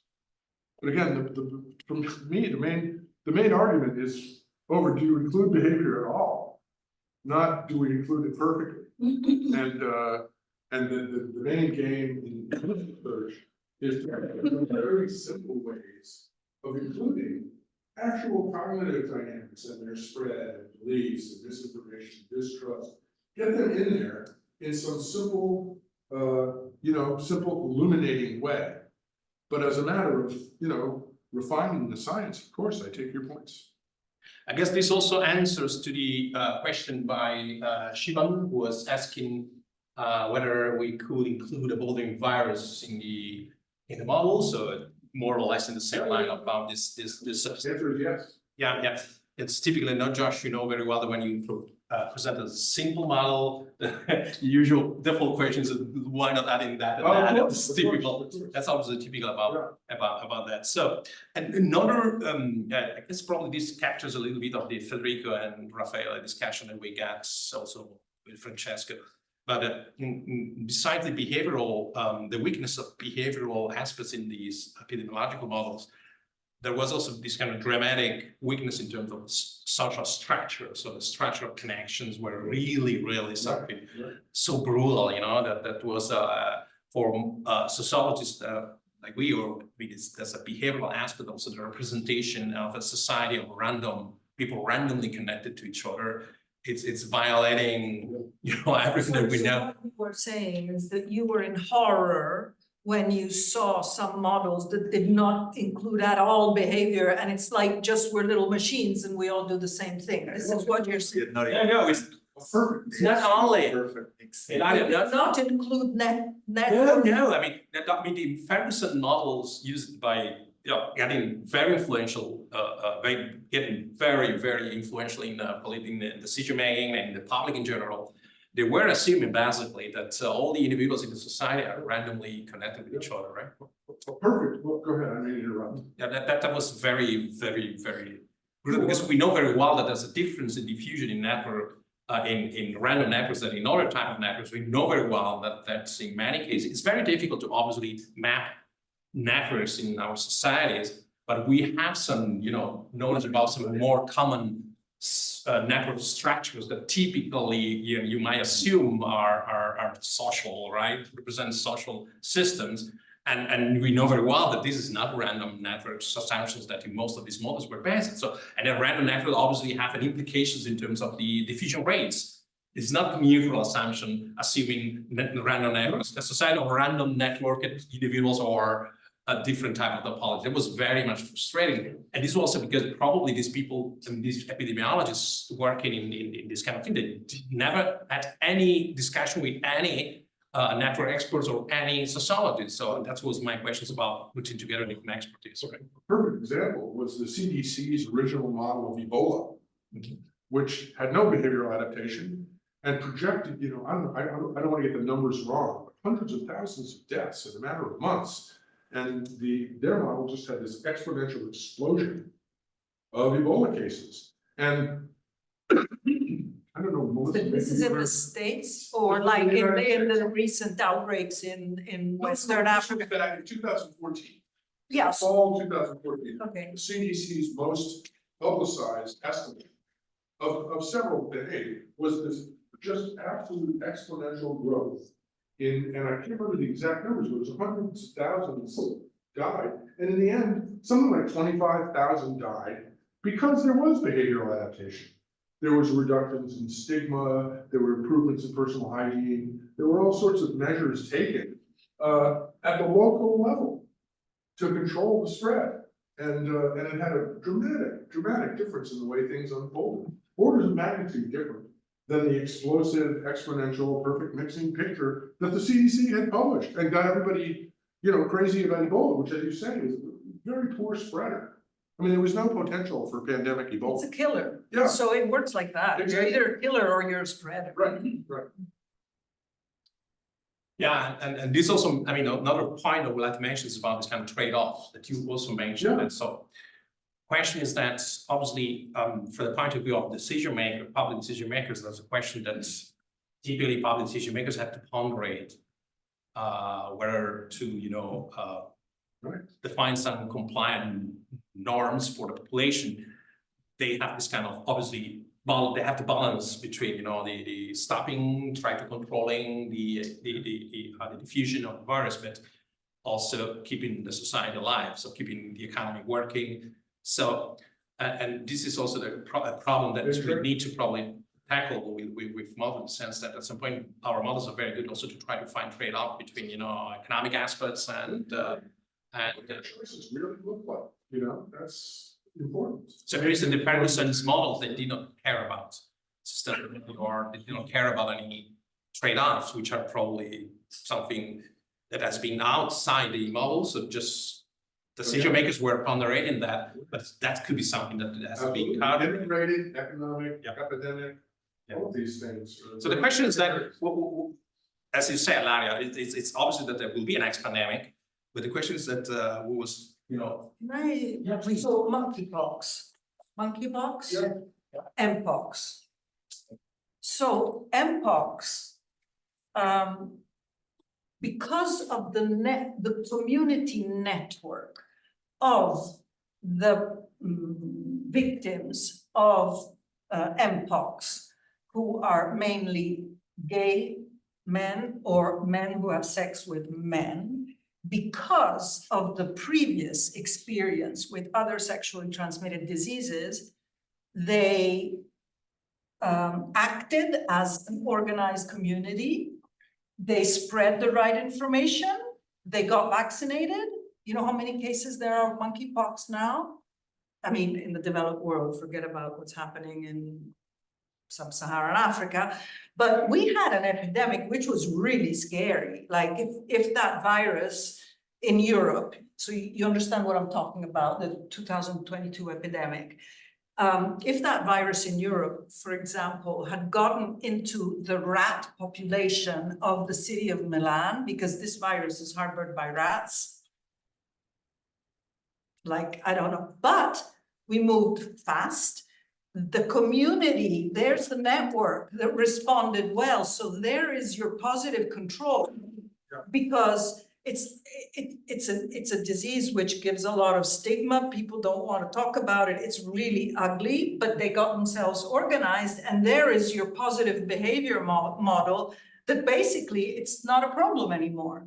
I mean, there might be a few cases here and there. The virus is still circulating, but we don't have that fear. Just think if it got into schools, right? So that's a case of cohesive networks Yes. amplifying behavioral adaptation, positive behavioral Yes. adaptation. So and that's another thing that I think could be incorporated in the models you're proposing. Well, the agency they have networks, but they're not, but again, as Felina knows, there's also real data on network structure.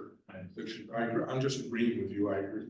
So, but the question, the message to Ilaria is very. This is your positive control. So So also the message is that there's not only political actors involved, so there must be also communities of What's your community? knowledgeable people that can by. But because that community had so much stigma before, and it's fear. It's fear because of HIV, you get hit once, but you're not gonna get hit twice. Right. And so they aligned politicians were not very vocal on the whole monkeypox thing because they were very, but still, I was thinking when you were talking about COVID, like the networks of mothers, just think about the soccer moms or the moms who have kids. Just think of what that network is and how important that is, because women are the leaders of public health in the family. I mean, they get their kids vaccinated, they buy medicines, they do most of the work. And so going back to the models you mentioned and imagining that it was assumed that a mother would speak to a gay or a taxi driver, or I don't know, rather than to the community of moms, doesn't really make a lot of sense, right? Yeah, you have your preferred networks, which can be positive, see the mpox, or can be negative. Excellent. Any other question? So we have 2 minutes. Any question? One for Josh. Sorry. How did you manage to simulate 300 million agents?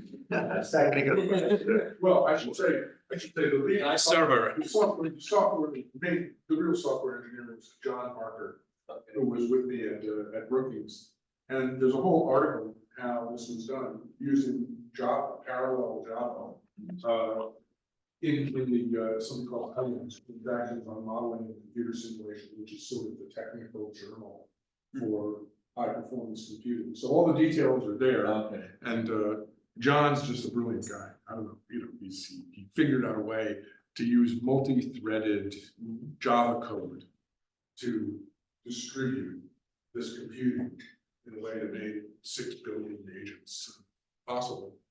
And quite quickly, in case it matters. It was also years ago, right? That was a long time. Long time, was it 10 years? 2011. 2011, so it was 10 years ago. Training on that. Now a lot. Now it's ChatGPT can do that. Exactly, exactly. So, any other questions or?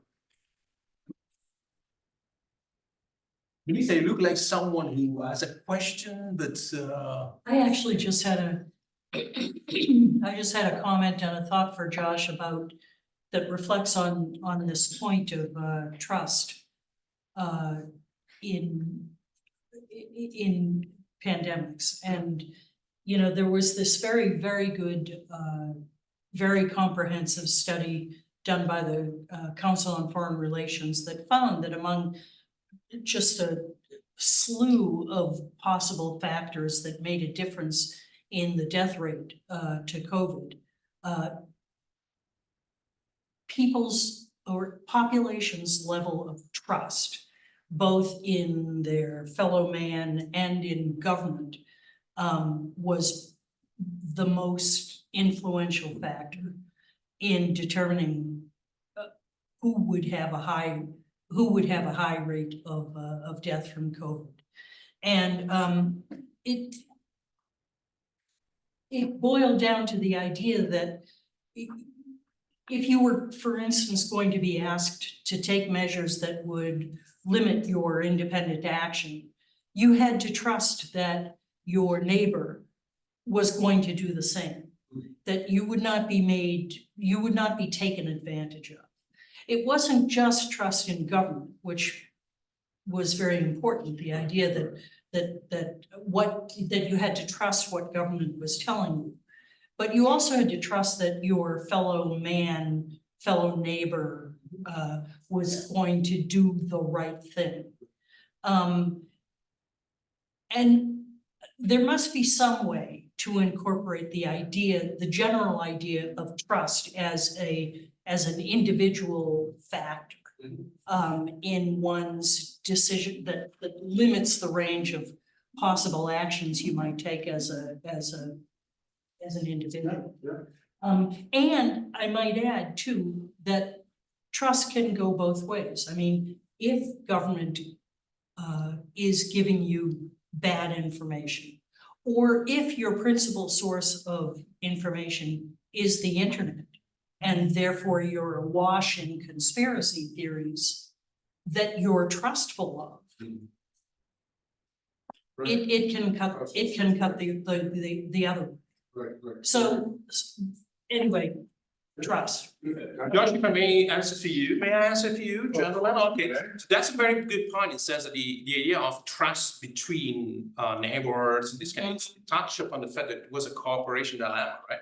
I can take my shot, I can mask myself, but if others around me that don't do that, I'm still at risk, right? So it's really kind of cooperation dilemma that could be easily incorporated in its kind of models, right? And people are very disinclined to take actions that limit their freedoms. Of course. If they believe they're being taken advantage of, that other people won't do the same. Yeah, sure, that's a cooperation dilemma, which was very much important during the pandemic. Can I add one? Yes, Ilaria, please, you can. Let's say it's a sort of joke.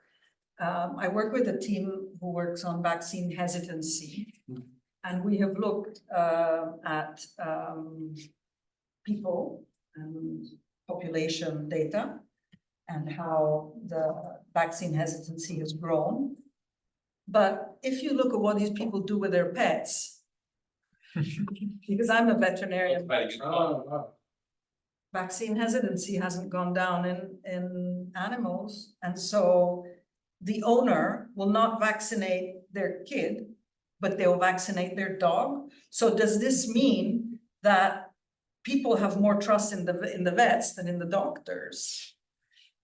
Or that they love their pet more. Or that they love More than their kids, Which is that's that they value that pet's life less, yes. But I'm not so sure, because a lot of pet owners, they actually value the life of their pets a lot. And so it's a disconnect, you know, why would you not get your kid vaccinated and you're okay with having your dog or your cat vaccinated? Why, if there's this big conspiracy of pharma producing vaccines that we don't need, then, you know, the vet is off the payroll of pharma as well, right? So, Can have my cat. yes, Right. yeah, so there's an inconsistency there about behavior. It's a very nice puzzle, yeah, to explain. Yes, also because if you, we already discussed that, Ilaria, but if you remember this kind of modern machine experiment where these kind of guys at the MIT were building together this kind of online large scale experiments to train. The question was to inform driverless cars algorithms in moral dilemmatic situation in which at some point a car has to decide whether to go right and kill a human or a passenger or going blind and the dog, right? This kind of stuff, and with these kind of large experiments, they found that the creator, which was saved the most, were not humans, but they were dogs. So humans were saving more systematically than dogs. Then Cyclists. the cyclists, the pedestrians, the old people, the kids. Rational thing I've heard. That's very good. Okay, guys. So I mean, it was amazing lecture, amazing discussion. So I would like to thank Josh and Ilaria for Thank you. joining us. And